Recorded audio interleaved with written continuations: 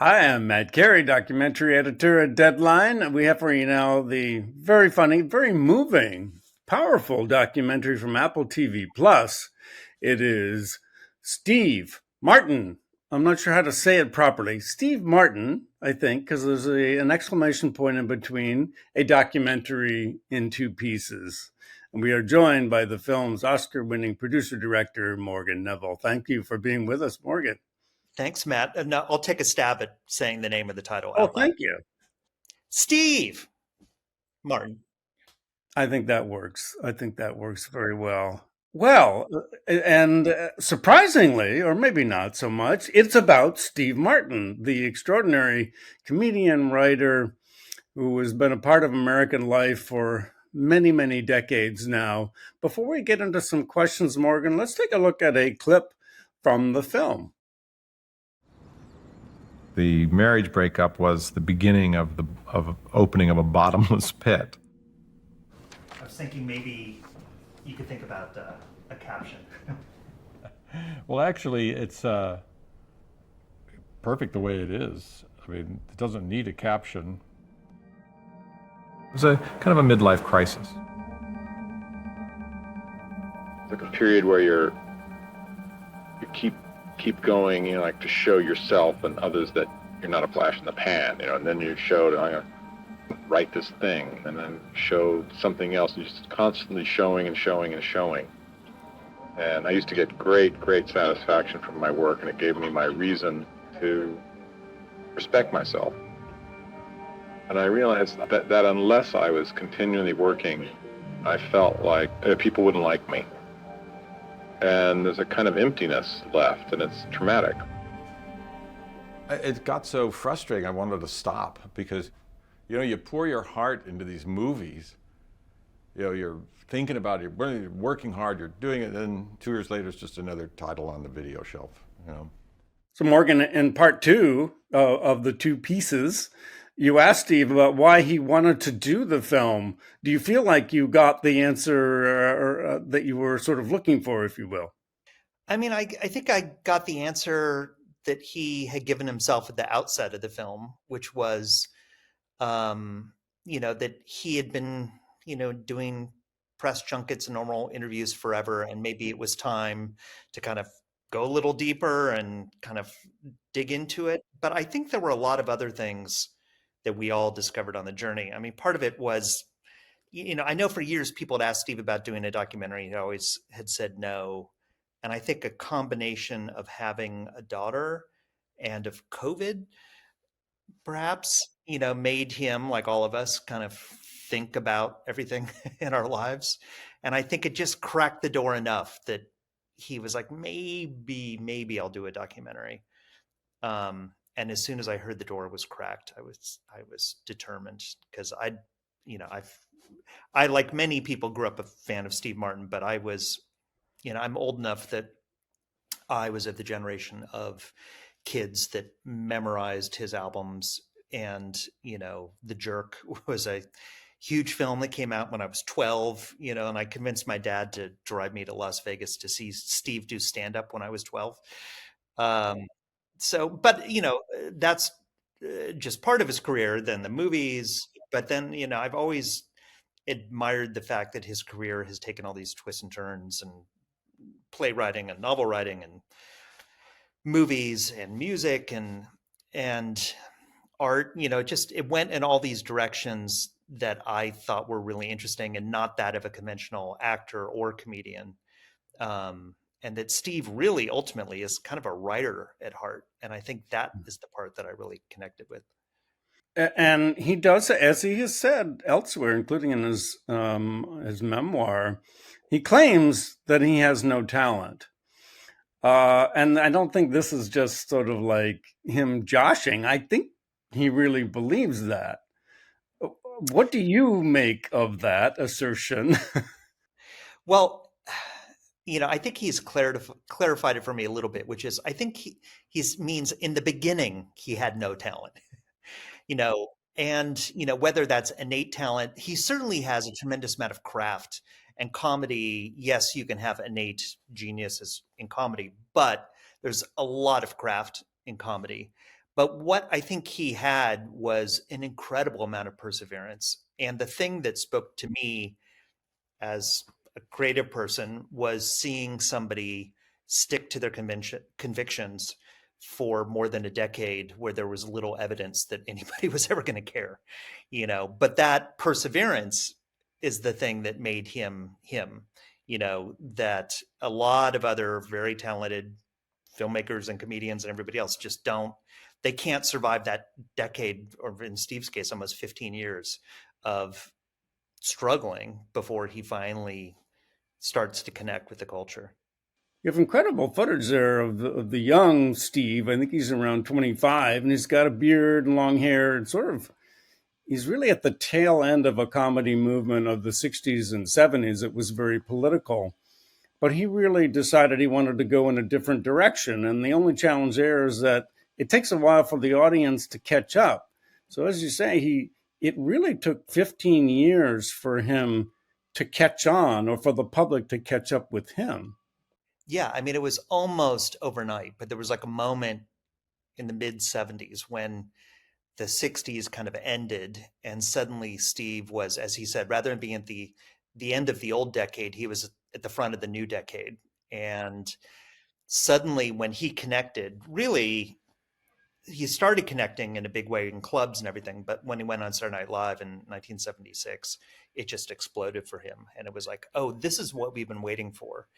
And it was just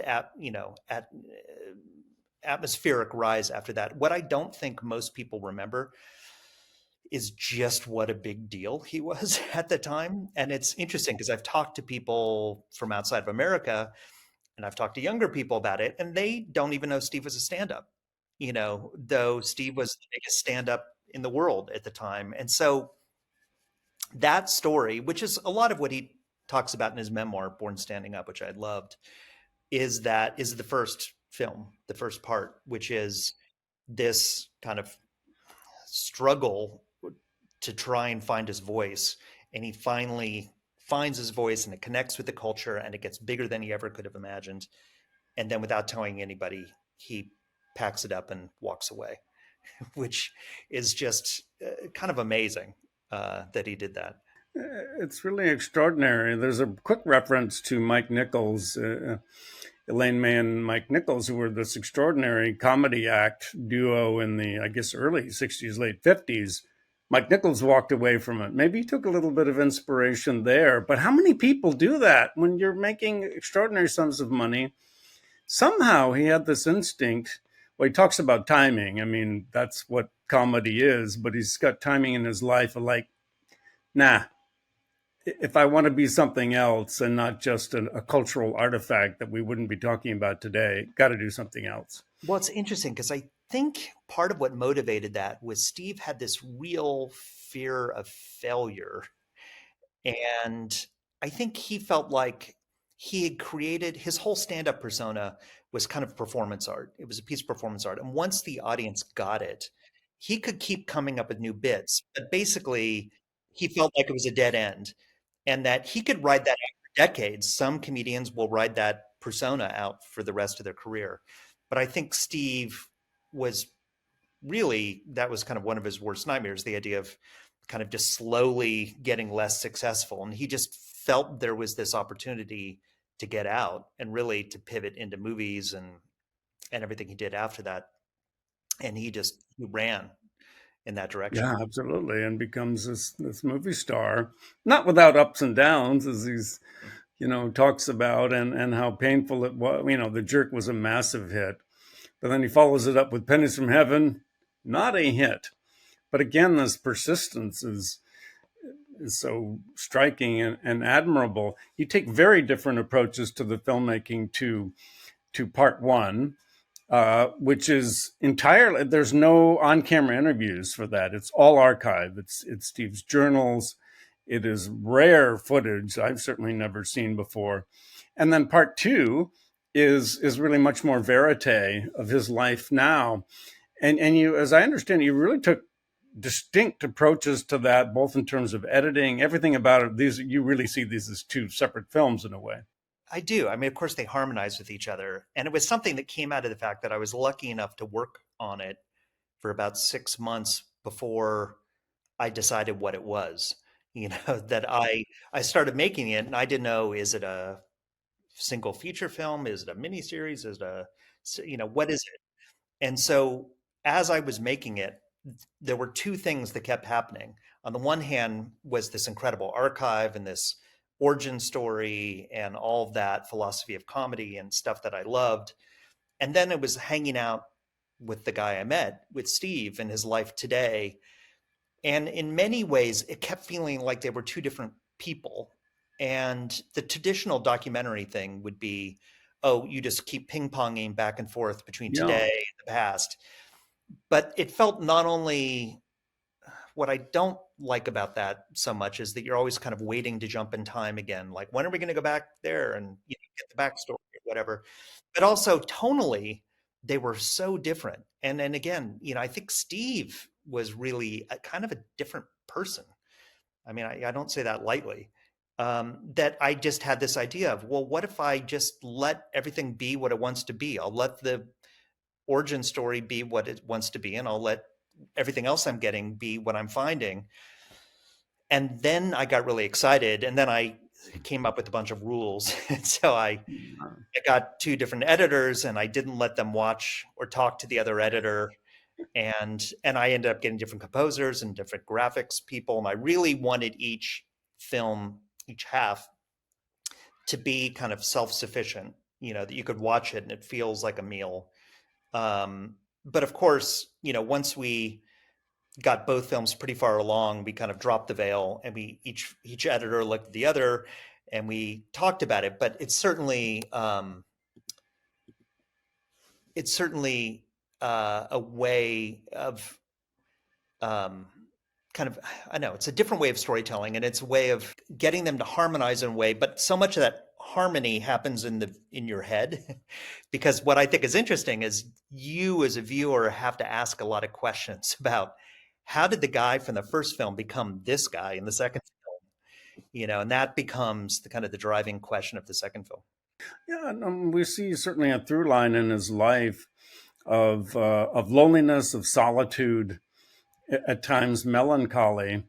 And I certainly got the strong sense in your film, in both parts really, that it's understandable because of his family background, that his dad, I guess, had sort of show business ambitions, and this is going back to the 1950s, but had to raise a family, and so there was not a lot of warmth and tenderness there.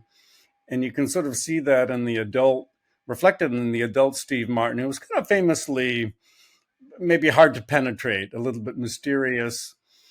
But many years now have gone by, and he's arrived at a point of contentment and ease with himself that is very satisfying, I think, to see somebody achieve that in their life. Again, maybe through a sort of curious kind of persistence. I think absolutely through his persistence. It's interesting because I think of Steve as like a puzzle master, that, I mean, literally sometimes, when I'll meet Steve, he'll be sitting there doing puzzles, and, he's like, working on cartoons or thinking about a joke, or, and when you think about the things that he did in his life, stand-up comedy, magic, banjo, I mean, these are activities that take tremendous practice and perseverance to do. And I really think it was the perseverance where he said, well, the ultimate puzzle's me. How do I figure out how to be happy? And what he does is he has this very strange relationship with his parents, particularly his dad.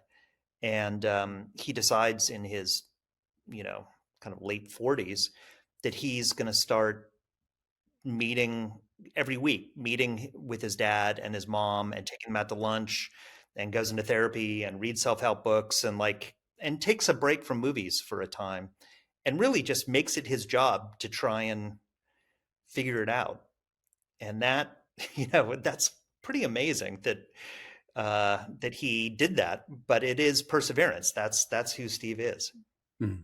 Well, it's an extraordinary two-part film, and we thank you so much, Morgan Neville, for joining us. It's the Apple TV Plus film, Steve Martin, a documentary in two pieces. Thank you so much for being with us, Morgan.